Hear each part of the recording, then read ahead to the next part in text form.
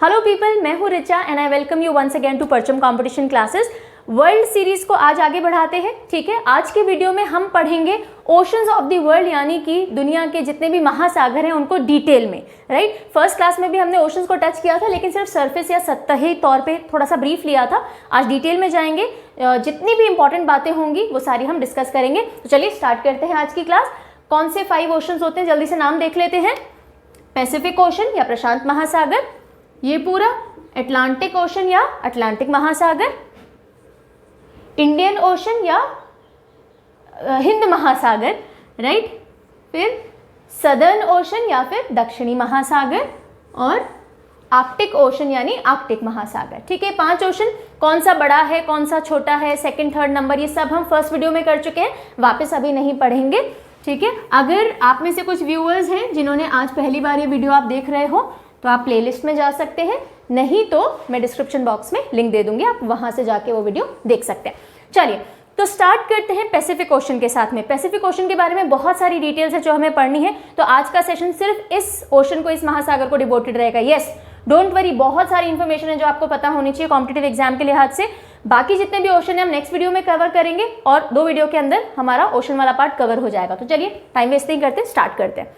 Pacific ocean या हिंद या प्रशांत महासागर के बारे में आपको पता है कि दुनिया का सबसे बड़ा ओशन है, right, largest ocean in the world. बाकी सारे ओशन का अगर आप पानी मिला लो तो कम से कम अप्रॉक्सीमेटली 50% जो पानी है वो सिर्फ अकेले पैसिफिक ओशन के अंदर है। वैसे 46% के अप्रॉक्सीमेटली है, पर हम इसको नियर अबाउट 50% मान लेते हैं। ठीक है, 46 to 50% पानी सारे ओशंस का अगर हम मिला लें तो अकेला ये, ठीक है, प्रशांत महासागर या पैसिफिक ओशन है जो अपने पास रखे हुए हैं। ओके, अगर पूरे अर्थ सरफेस की हम बात करें, सरफेस यानी सतह जिसमें पानी भी आ गया, लैंड मासेस भी आ गए, पूरे सतह की अगर हम बात करें तो 1/3 रीजन यानी 1/3 सरफेस एरिया अकेले प्रशांत महासागर या पैसिफिक ओशन घेरता है। और इसका टोटल एरिया है कितना, 16,52,00,000 स्क्वायर किलोमीटर, यानी 16,52,00,000 स्क्वायर किलोमीटर इसका टोटल एरिया है। अगर आप सिर्फ सतहों का एरिया देखो ना, सिर्फ कॉन्टिनेंट्स का एरिया देखो अर्थ पे, तो वो ही 15 करोड़ होता है स्क्वायर किलोमीटर। ये उससे भी ज़्यादा है। ठीक है, सारे लैंडमास एक तरफ, उससे भी थोड़ा ज़्यादा पैसिफिक ओशन का एरिया, राइट। तो इस तरह से पूरी दुनिया का सब कुछ, पानी और ज़मीन मिला के 1/3 हिस्सा अकेला पैसिफिक ओशन कवर किए हुए है। ध्यान रहेगी ये चीज़, ये सारी चीज़ों का 1/3 अकेला पैसिफिक ओशन के पास एरिया है। फाइन, चलिए फिर नेक्स्ट पॉइंट आते हैं कि पैसिफिक ओशन किन लैंड मासेस को डिवाइड करता है। तो देख लो, एक तरफ है नॉर्थ साउथ अमेरिका, राइट, और एक तरफ एशिया ऑस्ट्रेलिया है। तो ये अमेरिकाज को एशिया और ऑस्ट्रेलिया से डिवाइड करता है, उनके बीच में सेपरेशन क्रिएट करता है। Separates north America, south America from Asia and Australia. ठीक है, यहाँ तक की बात, ये तो था बिल्कुल बेसिक। आगे चलते हैं, बहुत अच्छी अच्छी बातें हमें जानने को मिलेंगी।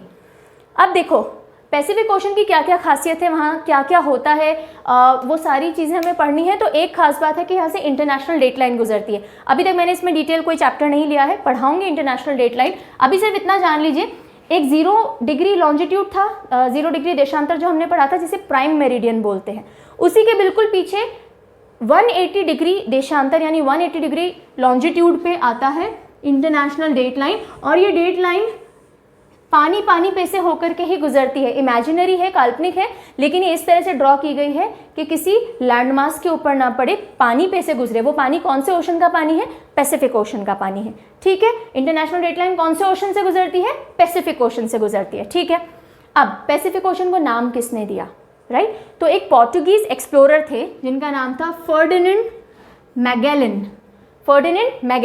इन्होंने नाम दिया था और इन्होंने पोर्टुगीज में ही कहा था मार पैसिफिको, ठीक है, और उसका मतलब था पीसफुल सी, शांत सागर। हाँ, तो फर्डिनेंड मैगेलन का नाम ध्यान रखिएगा। मैगी देख सकते हो, वो एक्सप्लोर करते जा रहे हैं और मैगी खाते जा रहे हैं पैसिफिक ओशन के ऊपर एक्सप्लोर करते हुए, तो मैगी से मैगेलन याद रह सकता है। फाइन, अब एक बहुत इंटरेस्टिंग फैक्ट है कि पैसिफिक ओशन धीरे धीरे श्रिंक हो रहा है। यस, ओके, जो नीचे टेक्टोनिक प्लेट्स होती हैं, टेक्टोनिक प्लेट को हिंदी में भी टेक्टोनिक प्लेट कहते हैं, अलग अलग प्लेट्स होती हैं जो आपस में कोलाइड करती हैं तो कुछ लैंडमास ऊपर उठ जाते हैं, उससे प्लेटू बनते हैं, पहाड़ बनते हैं, राइट। थोड़ी इधर उधर हो जाती हैं तो पानी वाला एरिया क्रिएट कर देती हैं। सो टेक्टोनिक प्लेट्स बेसिकली समझ लो, नीचे कुछ प्लेट्स होती हैं, उनके मूवमेंट से ही सारे लैंड मासेस बने हैं। वाटर बॉडीज़ के कौन कितनी बड़ी कौन कितनी छोटी होगी वो भी कहीं ना कहीं ये डिसाइड करती हैं, और टेक्टोनिक प्लेट्स की शिफ्टिंग के कारण ही पैसिफिक ओशन धीरे धीरे श्रिंक होता जा रहा है और अटलांटिक ओशन यानी अटलांटिक महासागर बड़ा होता जा रहा है। तो आज के दौर में, आज के टाइम में तो पैसिफिक ओशन नंबर 1 पे है, अटलांटिक नंबर 2 पे है लार्जेस्ट में। हो सकता है कई सालों बाद, कई मिलियंस ऑफ ईयर्स के बाद में शायद, या फिर कुछ आई डोंट नो कितने सालों बाद, मैंने कैलकुलेट नहीं किया, हो सकता है अटलांटिक ओशन बड़ा हो जाए, पैसिफिक छोटा हो जाए। ठीक है, तो चलिए ये बात समझ में आ गई, टेक्टोनिक मूवमेंट हो रहे हैं जिसके कारण पैसिफिक ओशन श्रिंक होता जा रहा है। I think if I am not mistaken 1 साल में 1 सेंटीमीटर 1 इंच के बराबर छोटा होता जा रहा है, मुझे हल्का सा ध्यान है, मैंने कहीं पढ़ा था इसलिए। ठीक है, चलिए अब आते हैं हम पैसिफिक ओशन। हमने पढ़ा था कि सबसे गहरा महासागर है, लेकिन हर जगह सेम गहराई नहीं होगी। पैसिफिक ओशन में भी कुछ एरियाज होंगे जो बहुत ज़्यादा गहरे होंगे बाकियों के मुकाबले। तो अब हमें पढ़ना है वो एरिया जो सबसे डीपेस्ट है। पैसिफिक ओशन डीप, उसमें भी सबसे डीपेस्ट रीजन या एरिया कौन सा है, तो वो है मैरियाना ट्रेंच। मैरियाना ट्रेंच वो एक रीजन है, उसका भी डीपेस्ट पॉइंट है। ठीक है, वो पॉइंट क्या कहलाता है, वो कहलाता है चैलेंजर डीप। ठीक है, तो मारियाना ट्रेंच पूरा एक ट्रेंच एरिया है जिसको कि हिंदी में गर्त बोलते हैं, मारियाना गर्त। उस मैरियाना ट्रेंच के बिल्कुल अंदर डीपेस्ट पॉइंट है, उसको कहते हैं चैलेंजर डीप। क्यों चैलेंजर डीप? क्योंकि इसके ऊपर रिसर्च की थी HMS चैलेंजर ने, तो इनके ऊपर इसका नाम पड़ गया चैलेंजर डीप। देखो ये पैसिफिक ओशन में दिस इज द पॉइंट जहाँ पे मैरियाना ट्रेंच है। फाइन, और अगर हम पूरे पैसिफिक ओशन की बात करें तो अप्रॉक्सीमेटली जो एवरेज डेप्थ है वो इसकी है 4000 मीटर्स। प्रिसाइसली बात करोगे तो 4280 मीटर्स। ये बहुत रिसर्च के बाद मैंने डेटा निकाला है, आपको हो सकता है कई जगहों पे अलग मिले, but this is the right data. Fine, so approximately 4000 metres average depth है। अब देखते हैं चैलेंजर डीप की डेप्थ कितनी है। ठीक है, तो चलो नेक्स्ट स्लाइड के ऊपर ये देखो, एक बार देख लो ये मैप पे, ये रहा मारियाना ट्रेंच, फाइन, ये रीजन पे, और इसमें ये रहा चैलेंजर डीप, दिख रहा है? ठीक है, यहाँ देख लीजिए एक बार, ये पूरा हमारा मैरियाना ट्रेंच चल रहा है। फाइन, ये पूरा मैरियाना ट्रेंच वाला एरिया है, और इसमें ये पॉइंट आ गया हमारा चैलेंजर डीप। और United states centre for coastal and ocean mapping, ये एक ऑर्गेनाइजेशन है यूएस में, United states centre for coastal and ocean mapping, जो कि कोस्टल और ओशंस की मैपिंग करते हैं, सारी उनके latitude, longitude, depth and everything find out करते हैं। उन्होंने पता लगाया है कि चैलेंजर डीप की डेप्थ कितनी है, 10,994 मीटर्स। ठीक है, 10,994 मीटर्स की डेप्थ है, और उन्होंने गुंजाइश रखी कि +40 -40 गुंजाइश है, इसमें +40 ऐड भी हो सकता है, -40 भी हो सकता है, क्योंकि एग्जैक्ट पता लगा पाना डिफिकल्ट है, राइट। तो 10,974 मीटर डेप्थ है किसकी, चैलेंजर डीप की, और एवरेज डेप्थ कितनी थी 4000 अप्रॉक्स। तो देख लो कितना डीप है। फाइन, चलिए चैलेंजर डीप के बारे में समझ में आ गया, मैरियाना ट्रेंच के बारे में समझ आ गया। अब हम चलते हैं पैसिफिक ओशन कहाँ कहाँ तक फैला हुआ है उसको देखने में। फाइन, अब पैसिफिक ओशन कौन कौन से कंट्रीज के साथ में कोस्टलाइन बनाता है, यानी समुद्री तट रेखा बनाता है, वो हम देखते हैं। टोटल है 55 कंट्रीज, यानी 55 कंट्रीज, नाम अभी नहीं पढ़ेंगे, राइट। धीरे धीरे जब मैं आपको कॉन्टिनेंट का मैप और उसमें कौन कौन सी कंट्रीज हैं वो पढ़ाऊंगी तो कोस्टलाइन वाला पार्ट अपने आप धीरे धीरे कवर होता जाएगा। You don't have to learn all 55 countries right now. Fine, so 55 countries के साथ में बॉर्डर बनाता है पैसिफिक ओशन। ये जरूर इंपॉर्टेंट आपको देखना है कि नॉर्थ में सबसे ऊपर तक कहाँ जाता है, साउथ में कहाँ अपनी बाउंड्री बनाता है पैसिफिक ओशन, ईस्ट में, वेस्ट में और ईस्ट में। ठीक है, तो वो देख लेते हैं। ये पैसिफिक ओशन है, सबसे नॉर्थ में ये जाता है बेरिंग सी तक। ठीक है, बेरिंग सी के बाद में आर्कटिक ओशन स्टार्ट हो जाएगा, यानी आर्कटिक महासागर। सो लास्ट पॉइंट क्या है पैसिफिक ओशन का, नॉर्थ में उत्तर की ओर बेरिंग सी। ठीक है, और अगर साउथ की ओर देखें तो रॉस सी, ये सदर्न ओशन, इसके बाद में सदर्न ओशन स्टार्ट हो जाएगा। ठीक है, एक और इंफॉर्मेशन यहाँ मैं दे देती हूँ, सदर्न ओशन स्टार्ट होता है 60 डिग्री साउथ से, दक्षिणी महासागर जो है, तो 60 डिग्री साउथ से सदर्न ओशन स्टार्ट हो रहा है। उसके पहले तक कौन सा ओशन पड़ रहा है, पैसिफिक पड़ रहा है। राइट। तो 60 डिग्री तक सीमा मान लीजिए, 60 डिग्री साउथ लैटिट्यूड तक, नहीं तो रॉस सी से समझ लीजिए। Ross Sea is in the south, जहाँ पे ये सीमा बनाता है, ठीक। इसके आगे पैसिफिक ओशन नहीं मूव करेगा। चलिए, अगर हम बात करें वेस्ट की यानी पश्चिमी ओर की, तो इंडोनेशिया, अब इंडोनेशिया का ईस्टर्न पॉइंट जहाँ पे पानी टच हो रहा है पैसिफिक ओशन का, तो इंडोनेशिया का ईस्टर्न मोस्ट पॉइंट है जहाँ तक पैसिफिक ओशन की रीच है। इसके बाद पैसिफिक ओशन आगे मूव नहीं करता। सिमिलरली अगर आप वेस्ट की बात करें तो कोलंबिया की कोस्ट है, कोलंबिया की कोस्ट तक यानी कोलंबिया के वेस्टर्न पार्ट तक पैसिफिक ओशन पहुँचता है। सो ये चार एक तरह से हमने उसकी बाउंड्रीज देख ली। बेरिंग, नीचे रॉस सागर, बेरिंग सागर रॉस सागर यानी बेरिंग सी रॉस सी, यहाँ पे इंडोनेशिया एशिया का पार्ट आ जाएगा ना। ध्यान है, देखो लोकेशन मत भूलना, यहाँ से देख लो, यहाँ भी ढंग से नहीं दिखेगा तो यहाँ से देख लो, ये पैसिफिक ओशन है, ये देखो ये एशिया वाला पार्ट आ गया, ये नॉर्थ अमेरिका साउथ अमेरिका वाला, ये ऑस्ट्रेलिया, ठीक है।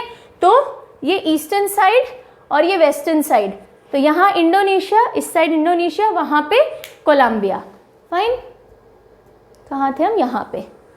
तो ये चार कॉर्नर समझ में हो गए, याद हो गए। हाँ, अब एक और चीज़ देख लो कि मैक्सिमम जो लैटिट्यूड्स हैं नॉर्थ एंड साउथ जिनके बीच में पैसिफिक ओशन फैला हुआ है, उसकी टोटल लंबाई कितनी है, 15,500 किलोमीटर। तो इस तरह से 15,500 किलोमीटर नॉर्थ एंड साउथ के बीच में टोटल जो लंबाई है पैसिफिक ओशन की वो इतनी है।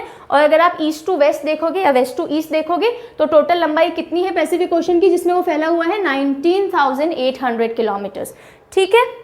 सो वेस्ट और ईस्ट के लिए आई सी से आप चाहो तो याद रख सकते हो इंडोनेशियन कोलंबिया, और बेरिंग और रॉस सागर तो इंटरेस्टिंग से नाम है ना, कंट्रीज में कंफ्यूजन हो सकता है, सागर के नाम याद रह जाते हैं, तो बेरिंग और रॉस आपको यूं ही याद रह जाएगा। ओके, यू सी आई सी। चलिए आगे चलते हैं। ऑलराइट, अब हम आते हैं कि पैसिफिक ओशन बाकी कौन कौन से ओशंस से जुड़ रहा है स्ट्रेट्स के थ्रू। स्ट्रेट्स क्या होते हैं, वो नैरो ऐसे पैसेजेस होते हैं पानी के जो दो बड़े बड़े पानी वाले इलाकों को जोड़ रहे हैं, उनको हम स्ट्रेट बोलते हैं, राइट। हिंदी में मुझे 3 नाम मिले हैं, मैंने तीनों डाल दिए हैं, जल संधि, जल संयोगी या जल डमरू। फाइन, सो आप देख लीजिएगा आपको जिससे भी स्ट्रेट का मीनिंग समझ में आता हो। सो पैसिफिक ओशन, सारे ओशन से कौन कौन से स्ट्रेट्स के थ्रू मिल रहा है जल्दी से देख लेते हैं। अगर हम, चलो यहाँ से शुरू करते हैं ना, ये नाम पढ़ा हुआ भी है। पैसिफिक आर्कटिक ओशन को कौन से स्ट्रेट के थ्रू जो उससे जुड़ता है, राइट। सो ये रही बेरिंग सी, देखो बेरिंग सी के बाद ऊपर नहीं जाएगा, तो ये रहा बेरिंग स्ट्रेट। ओके, बेरिंग सी हमने देखा था, नॉर्दर्न मोस्ट रीजन जहाँ तक पैसिफिक ओशन पहुँचेगा वो बेरिंग सी था। सो बेरिंग सी के से ही आप बेरिंग स्ट्रेट देख लो, ये है बेरिंग स्ट्रेट, ये पतला, ये इधर आपको जोन दिख रहा है जहाँ से पानी का मूवमेंट हो रहा है। सो ये बेरिंग स्ट्रेट है जो कि आर्कटिक ओशन और पैसिफिक ओशन को जोड़ता है, ठीक है, बेरिंग स्ट्रेट हो गया। अब हम बात करते हैं पैसिफिक को इंडियन ओशन से कौन जोड़ता है, राइट। तो यहाँ पे इस जगह पे पूरा पैसिफिक ओशन चल रहा है, राइट, और ये रहा इंडियन ओशन इधर, ठीक है। इनको कौन जोड़ता है, तो इंडोनेशियन सीवे, इंडोनेशियन सीवे इनको जोड़ता है। उसमें भी 2 इंपॉर्टेंट स्ट्रेट्स हैं, एक तो है स्ट्रेट ऑफ मालाक्का, स्ट्रेट ऑफ मालाक्का ये रहा, ये जो आपको रेड मार्क से दिख रहा है, ओके, ये वाला स्ट्रेट ऑफ मालाक्का है। और दूसरा है टॉरस स्ट्रेट, टॉरस स्ट्रेट यहाँ पड़ेगा, ये जो न्यू गिनी वाला एरिया और ऑस्ट्रेलिया के बीच में ये वाला जो इलाका दिख रहा है, ठीक है, यहाँ पे पड़ेगा टॉरस स्ट्रेट। तो ये 2 स्ट्रेट हैं इंडोनेशिया सीवे में जो कि पैसिफिक ओशन को इंडियन ओशन से जोड़ते हैं, ठीक है। इंडोनेशिया वाला एरिया आ ही गया, और मालाक्का एंड टॉरस, तो देख लो आप चाहो हिंट की ज़रूरत पड़ रही है तो माला जैसा एक पूरा स्ट्रक्चर बन रहा है ना, तो माला को तोड़ते हुए और यहाँ से पैसिफिक ओशन इंडियन ओशन से मिल रहा है, तो माला से मालाक्का और तोड़ से टॉरस स्ट्रेट आप याद रख सकते हो अगर आप टेक्निक चाहो तो, ठीक है। ये दोनों समझ में आ गए, याद हो गए, fine. Pacific ocean with Arctic ocean, Pacific ocean with Indian ocean, right, यहाँ तक याद हो गया। अब पैसिफिक ओशन अटलांटिक ओशन से कौन से स्ट्रेट्स के थ्रू मिलता है, तो यहाँ पे पैसिफिक ओशन है, ये वाला हिस्सा कौन सा आ जाएगा, मैप पे याद रहेगा, रहना तो चाहिए, नॉर्थ एंड साउथ अमेरिका था, ठीक है। ये अमेरिका वाला हिस्सा आ गया, देखो ये चिली दिख रहा है आपको, अर्जेंटीना दिख रहा है, हाँ, तो ये इधर पैसिफिक ओशन और इधर अटलांटिक ओशन है। मैप पे ध्यान है ना, दिखाई देती हूँ, कंफ्यूजन मत करिएगा कुछ भी। इधर आ जाओ। अभी हमने देखा पैसिफिक ओशन अटलांटिक ओशन से कौन से स्ट्रेट के थ्रू मिल रहा है, फिर हमने देखा पैसिफिक ओशन इंडियन ओशन से कौन से स्ट्रेट के थ्रू मिल रहा है, ठीक है। अब हम देख रहे हैं पैसिफिक ओशन अटलांटिक ओशन से कौन से स्ट्रेट के थ्रू मिलेगा, पैसिफिक और अटलांटिक, ठीक है, राइट साइड में अटलांटिक पड़ेगा। चलो जल्दी से मूव करते हैं उसी वापस स्लाइड पे और देखते हैं कहाँ मीटिंग, कौन से स्ट्रेट के थ्रू मीटिंग हो रही है। आ जाओ। तो ड्रेक पैसेज है एक, ड्रेक जलमार्ग जिसे हिंदी में बोलते हैं, एक मीटिंग तो इसके थ्रू हो रही है और दूसरी है स्ट्रेट ऑफ मैगेलन। अभी हम चैनल्स वगैरह की बात नहीं कर रहे हैं, कैनाल्स, चैनल्स, ठीक है। आप ये मत बोलिएगा मैम इसके थ्रू भी ज्वाइनिंग होती है, इसके थ्रू भी, अभी हम वो सब पढ़ेंगे, वो पूरा चैप्टर आएगा जब हम सी, ओके, और सारे चैनल्स वगैरह पढ़ेंगे, सब कवर करेंगे वाटर बॉडीज वर्ल्ड की, ओके, सब कुछ याद करवाऊंगी, डोंट वरी, मैप के थ्रू। सो अभी ये देख लीजिए, पैसिफिक और अटलांटिक ओशन जो है ये रहा पूरा ड्रेक पैसेज।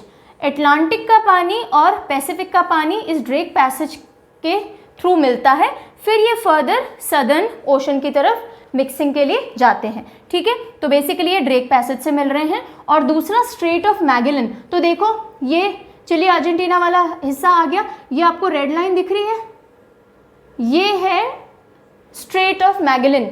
वही मैगेलन साहब हमारे फर्डिनेंड मैगेलन जिन्होंने नाम दिया था पैसिफिक ओशन को, उन्होंने इस रूट को भी एक्सप्लोर किया था, इसलिए इस स्ट्रेट का नाम मैगेलन के नाम से ही रखा गया है, स्ट्रेट ऑफ मैगेलन, ठीक है। तो ड्रेक और मैगेलन याद रहेंगे, रहने तो चाहिए, ठीक है।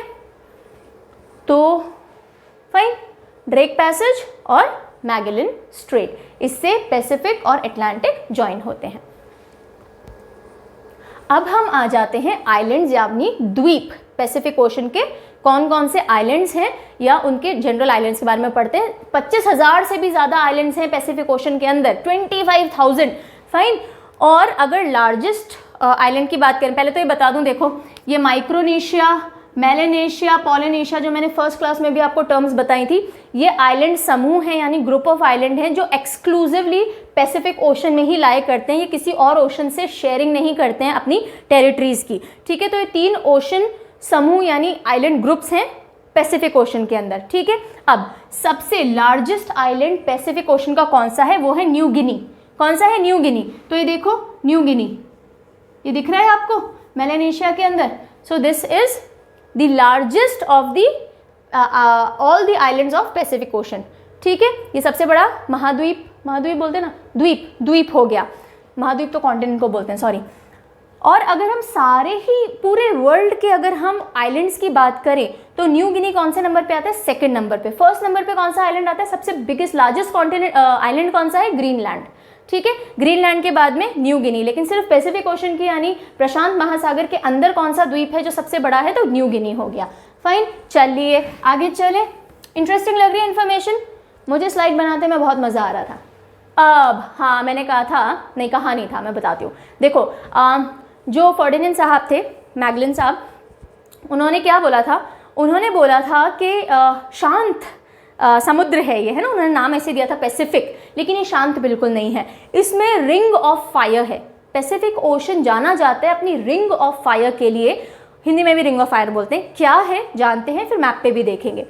रिंग ऑफ फायर को सर्कम पैसिफिक बेल्ट भी बोलते हैं, क्योंकि पैसिफिक ओशन को की सर्कमफ्रेंस एक तरह से बाहर बाहर से ये बनाता हुआ चलता है, ठीक है। क्या है ये, it is a path along the Pacific ocean, यानी पैसिफिक ओशन के साथ साथ एक रास्ता या पाथ जैसा है जिसमें एक्टिव वॉल्केनोज और फ्रीक्वेंट अर्थक्वेक्स होते हैं। एक्टिव वॉल्केनोज हैं मतलब ऐसे ज्वालामुखी जो कि कभी भी फट सकते हैं, राइट। और अर्थक्वेक गतिविधियां, सीज्मिक एक्टिविटीज़ बहुत ज़्यादा यहाँ पे होती हैं। तो देख लो, कहीं से भी शांत नहीं है हमारा पैसिफिक ओशन।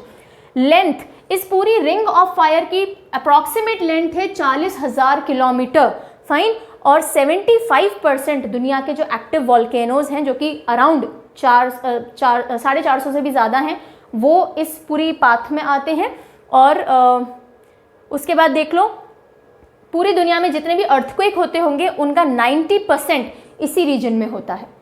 तो पूरी दुनिया के 75 से ज़्यादा एक्टिव वॉल्केनो यही हैं। पूरी दुनिया में जितने अर्थक्वेक होते हैं उसका 90% से ज़्यादा यही होता है। So it is a very volatile पूरा एक ऐसा एरिया जहाँ कभी भी विस्फोट हो सकते हैं। ठीक है, क्यों होता है ये? क्योंकि इस एरिया में टेक्टोनिक प्लेट्स बहुत मूव करती हैं और आपस में टकराती हैं। ठीक है, तो जब भी एक के ऊपर एक नीचे जाएगी, वहाँ उबड़ खाबड़ कुछ होगा, जो नीचे वाली प्लेट है वो धरती में अंदर और घुसेगी बेसिन में, और वहाँ से मोल्टन लावा वगैरह बाहर निकलेगा। तो बेसिकली टेक्टोनिक प्लेट्स का मूवमेंट बहुत हाई है यहाँ पे, इस वजह से यहाँ पे इतनी ज़्यादा वॉल्केनिक और अर्थक्वेक एक्टिविटीज़ होती है। अब देख लो, ये रही रिंग ऑफ फायर, ये दिख रहा है पूरा, राइट? तो पैसिफिक ओशन की ऑलमोस्ट 3 तरफ से बाउंड्री कर देता है, राइट? पानी पे भी आ रहा है, और ये देखो कुछ कुछ आपको ये ऐसे गोले गोले दिख रहे हैं, ये सारे इंपॉर्टेंट एक्टिव वॉल्केनोज हैं, राइट, जो दिखा गए हैं। और ये डॉट डॉट्स दिख रही हैं, ये वो टेक्टोनिक प्लेट्स हैं जो ज़मीन पे नीचे सतह पे होती हैं। तो इस एरिया में बहुत सारी ये सारी डॉट डॉट्स टेक्टोनिक प्लेट्स हैं, और ये आपस में बहुत मूवमेंट करती हैं। इस वजह से ये एरिया बहुत ज़्यादा वॉल्केनिक और अर्थक्वेक एक्टिविटी प्रोन है। ठीक है, चलें आगे। अब देखो, रिंग ऑफ फायर में कुछ बहुत एक्टिव वॉल्केनोज हैं, जैसे कि माउंट रुआपेहू न्यूजीलैंड में, ठीक है, और माउंट फूजी आपने सुना होगा, बहुत फेमस एक्टिव वॉल्केनो है जापान के अंदर। इस तरह के बहुत इम्पॉर्टेंट तो मैं क्या बोलूँ, बहुत फेमस और बहुत रिस्की वॉल्केनोज हैं जो कि रिंग ऑफ फायर पे लाई करते हैं। और अधिकतर ऊपर तो कुछ ही हैं, राइट, अधिकतर अंडर वाटर वॉल्केनोज हैं जो अंदर ही समुद्र में वॉल्केनिक इरप्शन करते हैं। इसीलिए शांत नहीं है पैसिफिक ओशन बहुत ज़्यादा, क्योंकि डेप्थ बहुत ज़्यादा है, सतह पे बहुत ज़्यादा पता नहीं चलता, right. Deepest volcano on record, मैं अगर अंडर वाटर वॉल्केनोज की बात करूँ तो सबसे डीपेस्ट वॉल्केनो आज तक ऑन रिकॉर्ड कौन सा आया है? वेस्ट माटा। ओके, वेस्ट माटा 1100 मीटर्स डेप्थ है इसकी, 1100। ओके, और south west of Solomon island में है ये। इसकी देखो जो अलग अलग टेक्निक से पिक्चर ली गई होगी अंडर वाटर, वो मैंने दिखा रखी है यहाँ पे। सोलोमन आइलैंड्स के साउथ वेस्ट में ये पड़ता है वेस्ट माटा। ऑल राइट, चलिए आगे चले। अब एक और इम्पॉर्टेंट स्ट्रक्चर जो कि पैसिफिक ओशन में देखा जाता है वो है ग्रेट बैरियर रीफ। ये क्या है? ये बहुत ही खूबसूरत लिविंग ऑर्गेनिजम्स हैं पानी के अंदर, जो कि पूरा एरिया बहुत ब्यूटीफुल बना देते हैं। अभी मैं पिक्चर दिखाऊंगी। मूंगे आप जानते हैं, कोरल्स आर माइक्रो ऑर्गेनिजम्स जो कि साथ मिलकर के और पॉलिप्स वगैरह क्रिएट करते हैं। पढ़ाते हैं आपको। World's largest coral reef system यानी मूंगों की चट्टान है ये, जो कि ग्रेट बैरियर रीफ के नाम से जानी जाती है। और कोरल सी में क्वींसलैंड के थोड़ा ऑफ कोस्ट ऑस्ट्रेलिया में लाई करती है। देखो ये ऑस्ट्रेलिया है, ये क्वींसलैंड वाला इलाका है, थोड़ा सा ऑफ शोर, यानी बिल्कुल इधर कोस्ट पे अड़ा के नहीं है, थोड़ा सा ऑफ शोर। ये जो आपको लाइन दिखा रखी है इधर इधर, ये जो सारी चीज़ें दिख रही हैं, ये सब कोरल रीफ है, ग्रेट बैरियर रीफ। ओके, और ये ग्रेट बैरियर रीफ इतनी ग्रेट है कि आउटर स्पेस से भी दिखती है। लिविंग ऑर्गेनिज्म अकेला एकमात्र ऐसा जिसका कोई स्ट्रक्चर बना हुआ है, जिसने कुछ बनाया है और वो आउटर स्पेस से दिखता हो, वो एकमात्र ये कोरल रीफ है। Great barrier reef, coral reef बोलना गलत होगा, ठीक है। सो कहाँ पर है ये? क्वींसलैंड के उधर है, फाइन। और 2300 अप्रॉक्सीमेटली किलोमीटर तक ये खिंचती है पूरी, आउटर स्पेस से भी देखी जा सकती है। और इसको मरीन पार्क या पानी का बगीचा भी कहते हैं। हाँ, पानी का बगीचा क्यों कहते हैं? ये देखो कितनी ब्यूटीफुल है, इसलिए पानी का बगीचा बोलते हैं इसको। छोटे छोटे ऑर्गेनिजम्स होते हैं जो मिलकर के ये कोरल रीफ बनाते हैं। और जब आप अंडर वाटर डाइविंग वगैरह करते हो कोरल रीफ के आसपास, तो पानी बहुत साफ दिखता है, क्योंकि जितना भी आसपास का थोड़ा बहुत कचरा होता है उसको अपने अंदर फंसा लेता है, तो आसपास का पानी बहुत क्लीन हो जाता है। तो कोरल रीफ, जिसको प्रवाल भित्ति या प्रवाल शैल भी बोलते हैं, वो क्या है? वो बिलियंस ऑफ टाइनी ऑर्गेनिज्म से मिलकर बनते हैं, जिनको हम बोलते हैं कोरल पॉलिप्स। ठीक है, कोरल पॉलिप्स बहुत सारे एक जगह पे ग्रो करते हैं और इस तरह के अलग अलग स्ट्रक्चर्स और सुंदर सुंदर सी आकृतियां बना लेते हैं। अगर हम बात करें पूरे वर्ल्ड में कितने हैं कोरल रीफ्स, तो जस्ट 0.1% एरिया घेरते होंगे ये, ठीक है, पूरे वर्ल्ड का। लेकिन कोरल रीफ में दुनिया की जो पानी में पाई जाने वाली प्रजाति यानी मरीन स्पीसीज हैं, फ्रेश वाटर मरीन स्पीसीज, उनका 25%, 0.1 एरिया में 25% ऑफ मरीन स्पीसीज यानी पानी में पाई जाने वाली प्रजातियां यहाँ मिलती हैं। That is a great thing. मतलब ये कितने ज़्यादा बहुत सारे मरीन एनिमल्स को, मरीन स्पीशीज को अट्रैक्ट करती है। ठीक है, अच्छा ओके, अभी के लिए इतना, आगे चलते हैं। अब ग्रेट बैरियर रीफ को थ्रेट है, यानी खतरा है। क्या खतरा है? सबसे पहला खतरा है कि जो राइज हो रहा है टेम्परेचर सी वाटर का, ग्लोबल वार्मिंग के चक्कर में समुद्र के पानी का तापमान भी बढ़ रहा है और उससे कोरल ब्लीचिंग हो रही है। ये एक टर्म है जो आपको पता होनी चाहिए, कोरल ब्लीचिंग। ये देखो, जो कलरफुल अभी मैंने आपको दिखाई थी कोरल रीफ, वो धीरे धीरे व्हाइट होती जा रही है और फिर डेड होकर के खत्म होती जा रही है। ऐसा क्यों हो रहा है? देखो मैं जल्दी से समझा देती हूँ। एक कॉन्सेप्ट है, एक सिम्बायोटिक रिलेशनशिप होता है, यानी एक दूसरे को बेनिफिट करने वाला रिलेशनशिप कोरल्स और एल्गी के बीच में। एल्गी समझते हैं, काई। ठीक है, तो ये जो कोरल्स है ना, पॉलिप्स हैं, ये अपने अंदर काई को सोख लेते हैं जो पानी पे होती होगी, और अपने काई को प्रोटेक्शन मिल जाता है। और ये जो कोरल्स होते हैं ना, ये उतनी ही जगह पे होते हैं समुद्र के अंदर जहाँ तक सनलाइट पहुँचती है। ठीक है, मैंने कहीं मेंशन भी किया होगा 150 डीप, 150 फीट से नीचे कोरल जिंदा नहीं रह सकते, वहीं तक उगते हैं ये। तो जब पानी में सूर्य की किरणें पड़ती हैं तो वो जो एल्गी है ना, वो फोटोसिंथेसिस से खाना बनाती है। वो खाना इन कोरल्स के यूज़ में आता है, राइट। और बहुत तरह के लिविंग ऑर्गेनिजम्स और आते हैं इन कोरल्स को देखते हुए। सो जब पानी का टेम्परेचर बढ़ता है तो वो जो एल्गी है, वो जो काई है इनके अंदर जो पनप रही है, वो टॉक्सिन्स प्रोड्यूस करने लगती है, यानी हानिकारक तत्व पैदा करने लगती है। तो ये पॉलिप्स क्या करते हैं, उसको बाहर फेंक देते हैं। वो एल्गी इनको नहीं चाहिए होती क्योंकि वो टॉक्सिन पैदा कर रही है। जैसे ही उसको बाहर फेंकते हैं, धीरे धीरे क्या होगा, फोटोसिंथेसिस नहीं होगा और इनको जितना भी न्यूट्रिशन मिल रहा था वो खत्म होने लगेगा। वो एल्गी बाहर फेंकते धीरे धीरे ये व्हाइट कलर के होने लगते हैं। इसको बोलते हैं कोरल ब्लीचिंग। ब्लीच करने से जैसे सफ़ेद होते हैं ना, ऐसे। और फिर धीरे धीरे न्यूट्रिशन न मिलने के चक्कर में ये मरते जाते हैं। समझ में आ गई बात? तो ये होता है कोरल ब्लीचिंग का कॉन्सेप्ट, आपको पता होना चाहिए कोरल ब्लीचिंग क्या होता है। तो एक तो ये बड़ा खतरा है समुद्र के पानी के टेम्परेचर के बढ़ने का। दूसरा है राइजिंग सी वाटर। तापमान बढ़ने से जितने भी ग्लेशियर्स हैं वो पिघल रहे हैं, तो सी वाटर का जो लेवल है, सतह जो है वो ऊपर आती जा रही है, लेवल सी का बढ़ता जा रहा है। और मैंने अभी आपको बताया कि कोरल्स कहाँ तक रह सकते हैं, 150 फीट तक ही रह सकते हैं। तो अब यहाँ अगर कोरल था, पहले पानी का लेवल यहाँ था, अब पानी का लेवल यहाँ पहुँच गया फॉर एग्जाम्पल, तो इसके लिए डेप्थ बहुत बढ़ गई, यहाँ तक सनलाइट पहुँचेगी नहीं, धीरे धीरे मरते जाएंगे, राइट। तो बेसिकली ग्लोबल वार्मिंग एक बहुत मेजर रीज़न है जिसकी वजह से ये ख़त्म होते जा रहे हैं। अब दो चीज़ें हमने पढ़ ली, अब एक और चीज़ पे आते हैं। ये भी एक बहुत स्पेशल चीज़ है। स्पेशल तो क्या है, बहुत ही दुखद चीज़ है पैसिफिक ओशन को लेकर के। ग्रेट पैसिफिक गार्बेज पैच इंसानों का देन है इस प्रशांत महासागर को, महान प्रशांत कूड़ेदान। हुआ क्या कि हमने इतनी सारी प्लास्टिक वेस्ट यूज़ किया है और धीरे धीरे हम वो समुद्र में फेंकते जाते हैं। तो कई जगहों पे तो सतह पे प्लास्टिक वेस्ट दिखता है, बॉटल्स, नेट्स, फिशिंग नेट वगैरह यूं ही छोड़ देते हैं जिसमें बहुत सारे जानवर उलझ के मर जाते हैं।